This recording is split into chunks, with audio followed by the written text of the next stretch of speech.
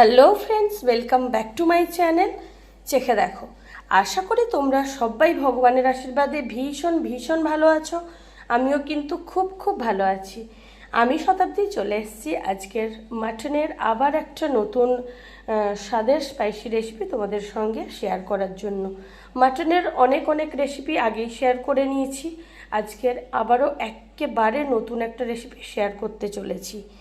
Title আর thumbnail দেখে তো বুঝেই গেছো আজকে কি বানাবো। আর আজকে ভিডিওটা কিন্তু স্কিপ না করে পুরোটা দেখার অনুরোধ রইল, তার কারণে আমি স্টেপ বাই স্টেপ তোমাদের সঙ্গে শেয়ার করে নেব। তো আজকের আমি বানাবো মাটন কোরমা। তো মাটন কোরমা বানানোর জন্য আমি এখানে মাটন নিয়েছি। মাটনটাকে ভালো করে পরিষ্কার করে রেখে দিয়েছি। আর মাটনটাকে সবার প্রথমে আমি ম্যারিনেট করে নেব। তবে এখানে একটা কথা বলে রাখি, এটা কিন্তু তোমরা সাথেও রান্নাটা করে নিতে পারো। আমি একটু ম্যারিনেট করে রেখে দেবো 2-3 ঘন্টার জন্য। তো ম্যারিনেট করার জন্য কি কি নিয়েছি একবার দেখে নাও। এখানে নিয়েছি আদা, রসুন আর কাঁচা পাকা লঙ্কার মিহি পেস্ট, নিয়েছি টক দই, এখানে নিয়েছি ধনে পাউডার। ধনে পাউডারটা মানে বাড়িতেই বানানো মিক্সিতে, তাই খুব একটা মিহি হয়নি। তবু আমি প্রত্যেকটা রান্নাতে চেষ্টা করি মানে খুব ভালো ফ্রেশ মশলা দিতে, তো সে কারণেই মিক্সিতে গুঁড়ো করেছি। লাগছে লবণ, হলুদ আর নিয়েছি কাশ্মীরি রেড চিলি পাউডার। তো আমি সব কিছু এখন একে একে মাটনের মধ্যে দিয়ে দেব। তো সবার প্রথমে দিয়ে দিচ্ছি আদা, রসুন, কাঁচা পাকা লঙ্কার মিহি পেস্ট, দিয়ে দিচ্ছি টক দই, দিয়ে দিচ্ছি ধনে পাউডার,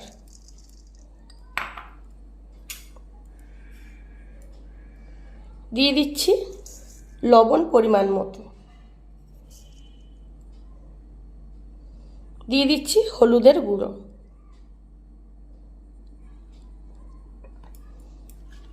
আর দিয়ে দিচ্ছি কাশ্মীরি রেড চিলি পাউডার।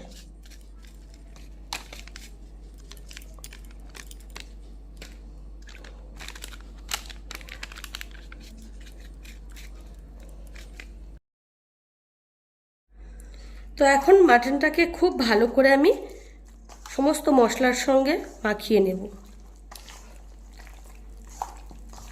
আর তোমরা চাইলে আগের দিন রাতে মানে ওভারনাইটও ম্যারিনেট করে রেখে দিতে পারো। আর প্রথমেই তো বললাম এটা মানে সঙ্গেও রান্না করা যায়, না রেখেও ম্যারিনেট করে না রেখেও রান্নাটা অনায়াসে করা যায়।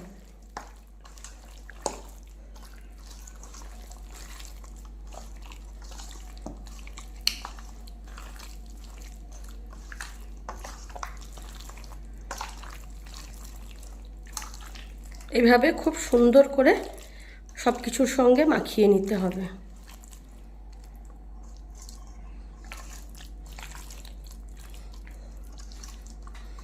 তো মাটনটাকে কিন্তু খুব সুন্দর করে আমি ম্যারিনেট করে নিয়েছি। এখন 2-3 ঘন্টার জন্য ঢাকা চাপা দিয়ে রেখে দেব।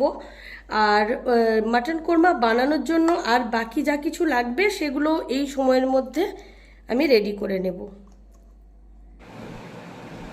তো এখন কিন্তু 2-3 ঘন্টা হয়ে গেছে আমি মাটনটাকে ভালো করে ম্যারিনেট করে রেখেছি।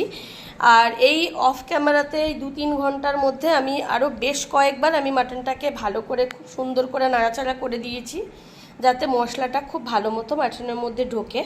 আর যা যা লাগবে বাকি জিনিসগুলোও আমি মোটামুটি রেডি করে নিয়েছি। তো কি কি নিয়েছি একবার দেখে নাও। এখানে নিয়েছি বেরেস্তা। তো বেরেস্তাটা আমি এখানে 2 রকমভাবে ইউজ করব।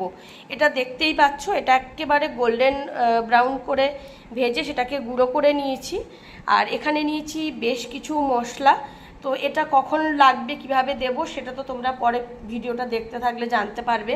আর একটা নিয়েছি বেরেস্তা, আমি পেস্ট বানিয়ে নিয়েছি। এটা একটু কম ভেজে তুলে আমি এটাকে পেস্ট করে নিয়েছি। তোমরা চাইলে যে কোনো একরকমও অনায়াসে দিতে পারো। এখানে নিয়েছি গোটা গোলমরিচ, গোটা জিরে, তেজপাতা, এগুলো অবশ্যই ফোড়নের জন্য। তাহলে বন্ধুরা আর দেরি করব না, এখন সমস্ত কিছুই রেডি, এখন সোজা চলে যাব। তো আছে কড়াই বসিয়ে দিয়েছি, কড়াইতে দিয়ে দেব বেরেস্তার তেল, পেঁয়াজ ভাজার যে তেলটা সেটাই দিয়ে দেব। আর যেহেতু মাটন কোরমাটা আমি একটু ঘরোয়াভাবে বানাচ্ছি, তাই তেলের পরিমাণটা আমি খুব বেশি দেব না, একটু কমই রাখলাম। তেলটাকে একটু ভালো মতো গরম করে নেব।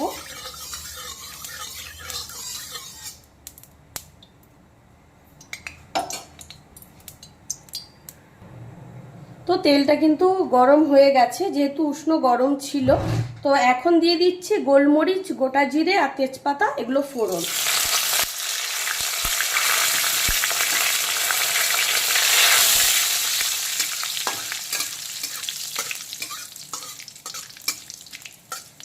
গোটা জিরে আর গোলমরিচটা কিন্তু ভাজা হয়ে গেছে, সেটা তোমরা দেখেই বুঝতে পারছো বন্ধুরা। তো এখন আমি দিয়ে দেবো ম্যারিনেটেড মাটন।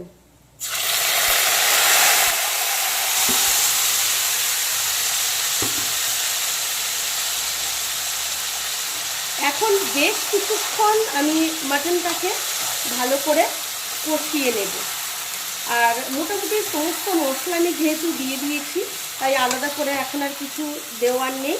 আর ওই সমস্ত গোটা মশলাগুলোকে যেহেতু একটু পরে লাগবে, তো সেটা আমি তোমাদেরকে বলে দেব আমি কখন দেব আর কিভাবে দেব। এখন 10 থেকে 15 মিনিট সময় নিয়ে লো টু মিডিয়াম আঁচে ঢাকা চাপা দিয়ে দিয়ে মাটনটাকে প্রথমে ভালো করে। তো এখন কিন্তু 2-3 মিনিট হয়ে গেছে। মাটনটাকে প্রথমে খুব ভালো করে তেল, তেজপাতা, তারপরে গোটা জিরে আর গোটা গোলমরিচের সঙ্গে ভালো করে মিক্সড করে নিয়েছি। তো এখন কিন্তু আঁচটা আমি লো করে দিয়ে ঢাকা চাপা দিয়ে দেবো।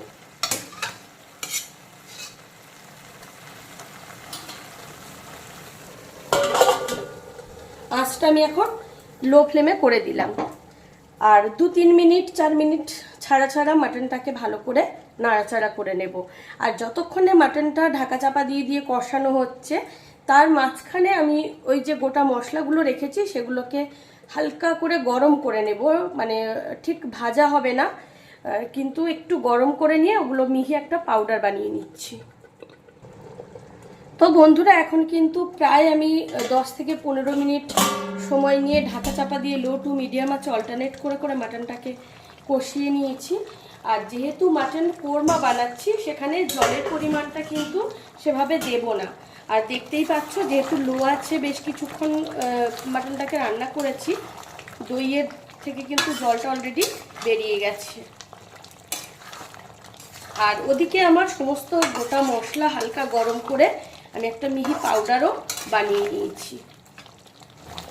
এখন কিন্তু মাটনটা প্রায় 75 থেকে 80% সেদ্ধ হয়ে গেছে, যেহেতু অনেকটা সময় ম্যারিনেট করে রেখে দিয়েছিলাম। আর একটা কথা বন্ধুরা, তোমাদেরকে যখনই আমি মাটনের কোনো রেসিপি শেয়ার করি তখন সবসময় বলি যে আমি খুব একটা প্রেশার কুকারে মাটন রান্না করাটা পছন্দ করি না। তো সেক্ষেত্রে আমি একটু সময় নিয়ে ঢাকা চাপা দিয়ে আমি রান্নাটা করতে বেশি পছন্দ করি। তো এখন আমি দিয়ে দেবো ভেজে গুঁড়ো করে রাখা বেরেস্তা। আর তোমাদেরকে হয়তো তখন বলতে ভুলে গেছি আমি গোটা মশলার মধ্যে কি কি নিয়েছি। গোটা গরম মশলা, বড় এলাচ, ছোট এলাচ, দারচিনি, লবঙ্গ, স্টারফুল নিয়েছি, জায়ফল, জয়িত্রী নিয়েছি, সেগুলোকে আমি আর নিয়েছি গোটা জিরে, সেগুলোকে হালকা গরম করে গুঁড়ো করে নিয়েছি। দিয়ে দিচ্ছি বেরেস্তার পেস্ট।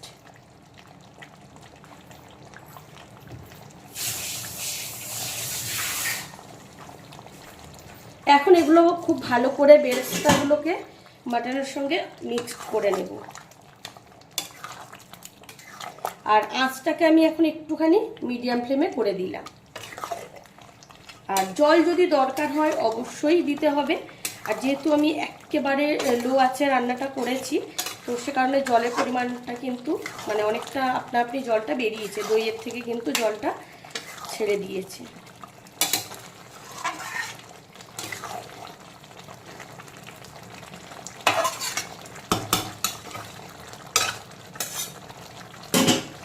এখন দিয়ে দেবো ড্রাই রোস্টেড মশলা। দিয়ে দিচ্ছি ড্রাই রোস্টেড মশলা পাউডার। আর এটা কিন্তু অবশ্যই কোরমার জন্য একটা মশলা বানিয়েছি, কোরমা মশলা। তো এটাকেও এখন ভালো করে মিক্সড করে নেব।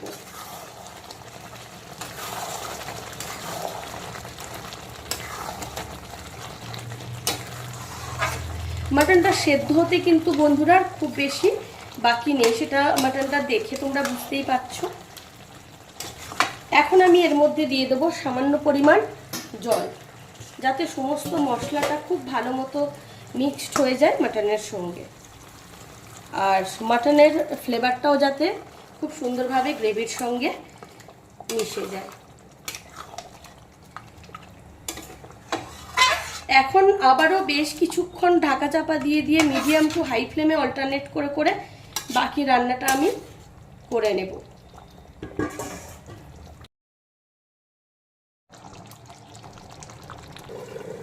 তো বন্ধুরা এখন আবারও প্রায় 10 মিনিট সময় নিয়ে ফুল আছে ঢাকা চাপা দিয়ে বাকি রান্নাটা আমি করে নিলাম। এখন কিন্তু মাটনটা খুব ভালো মতো সেদ্ধ হয়ে গেছে, আর গ্রেভিটাও দেখতেই পাচ্ছ খুব সুন্দর হয়ে গেছে গ্রেভিটা। আর আমার আজকের রান্নাটা কিন্তু একেবারে কমপ্লিট, মাটন কোরমা একেবারে রেডি। আঁচটা আমি এখন বন্ধ করে দিলাম। এখন একটা বড় ছড়ানো পাত্রে ঢেলে গরম গরম সার্ভ করে দেব। সেটা অবশ্যই পোলাও হতে পারে বা ফ্রাইড রাইস হতে পারে বা পরোটা হতে পারে। তাহলে বন্ধুরা তোমাদের সঙ্গে আজকের মাটনের আবার একটা নতুন স্বাদের নতুন রেসিপি শেয়ার করে নিলাম। তোমরাও এইভাবে মাটন কোরমা বাড়িতে অবশ্যই ট্রাই করো, খেতে জাস্ট অনবদ্য হয়। আর মাটন কোরমা মানেই কিন্তু প্রচুর তেল দিতে হবে তার কিন্তু কোনো মানে নেই। আমি যেভাবে বানালাম তোমরা অবশ্যই এর খেতে তো জাস্ট অনবদ্য হয়।